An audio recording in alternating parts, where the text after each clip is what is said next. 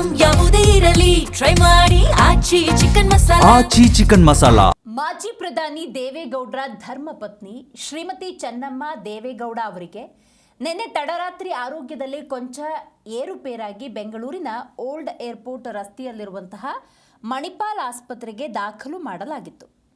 ಅವರ ಆರೋಗ್ಯ ಪ್ಯಾರಾಮೀಟರ್ಗಳು ಸ್ಥಿರವಾಗಿದ್ದು ಡಾಕ್ಟರ್ ಸತ್ಯನಾರಾಯಣ್ ಮೈಸೂರು ಮತ್ತು ಡಾಕ್ಟರ್ ಸುನಿಲ್ ಕಾರಂತ ನೇತೃತ್ವದ ತಜ್ಞ ವೈದ್ಯರ ತಂಡದಿಂದ ಚಿಕಿತ್ಸೆಯನ್ನು ಕೊಡಿಸಲಾಗ್ತಾ ಇದೆ. ಸದ್ಯ ಚಿಕಿತ್ಸೆಗೆ ಉತ್ತಮವಾಗಿ ಸ್ಪಂದನೆಯನ್ನು ಕೊಟ್ಟಿದ್ದು ಮುಂದಿನ 2 ದಿನಗಳಲ್ಲಿ ಆಸ್ಪತ್ರೆಯಿಂದ ಬಿಡುಗಡೆಯಾಗಿ ಮನೆಗೆ ಮರಳುತ್ತಾರೆ ಎನ್ನುವಂಥ ಮಾಹಿತಿ ಇದೆ.